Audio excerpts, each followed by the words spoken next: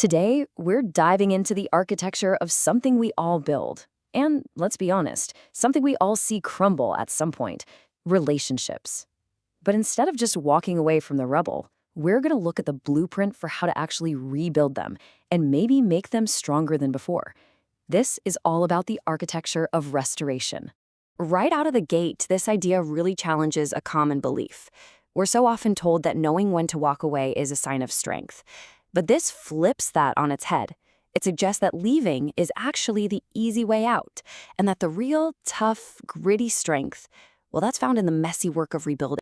So let's talk about that cultural narrative for a second. You know the one. It's kind of like a modern breakup script that we all get handed. It's the advice you hear from friends, it's what you see in movies, it's all over social media. And the difference is just so clear when you see it laid out like this. On one side, you have the breakup script. It's all about escape, right? Choose peace, end the pain. It's tempting because it feels like a quick fix. But then you look at the rebuilding path. The words are totally different. Growth, heal, evolve. This isn't about running away from the mess. It's about staying and sorting through it together to build something new. It's not about escaping pain. It's about transforming it. And that brings us to the real heart of the argument. This is where we flip the script. We're going to start looking at the act of rebuilding not as a weakness or some kind of failure to let go, but as a really profound act of strength. Let's dig into why repair is so much more powerful than just simple relief.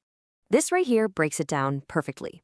Breaking up, for sure, offers immediate relief. It's kind of like taking a painkiller. The arguments stop, that awful tension goes away, but the thing is, the underlying issue, that tangled mess, it's still there.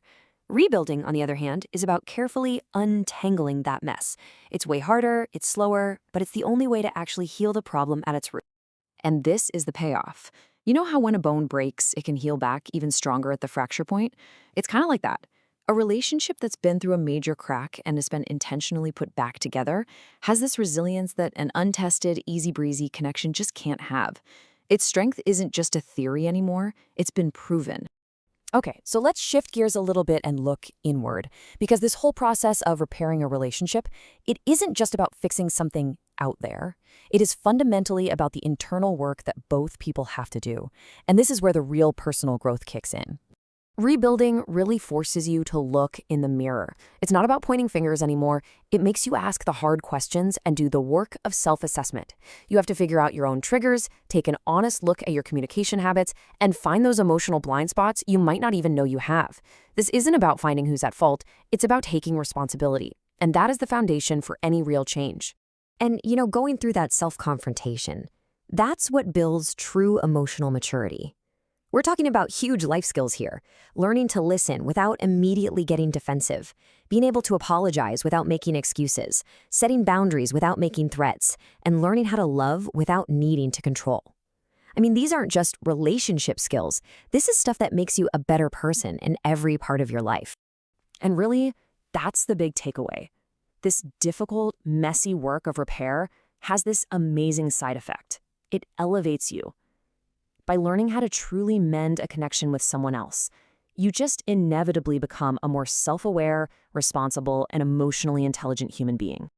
Okay, so we've talked about the incredible personal growth that comes from this work. But what about the relationship itself? Let's look at the actual rewards of rebuilding that bond, because it creates a fundamentally different kind of connection.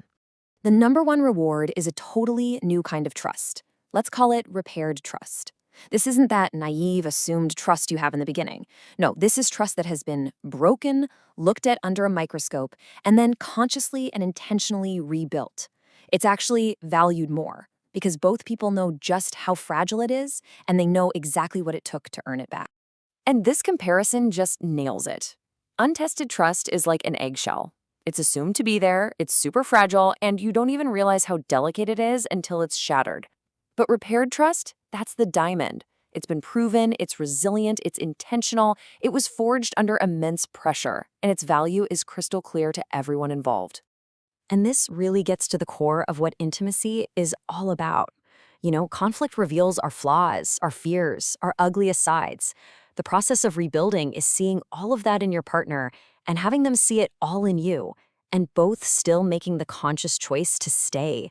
To be fully known, warts and all, and still be chosen. That is an incredibly powerful form of connection. So ultimately, all this work is about creating emotional safety. When you know deep down that a fight isn't going to lead to abandonment, that fear starts to fade away. When that fear recedes, you create space for safety to grow. And that feeling of safety becomes the bedrock for everything else, for honesty, for vulnerability, for genuine loyalty.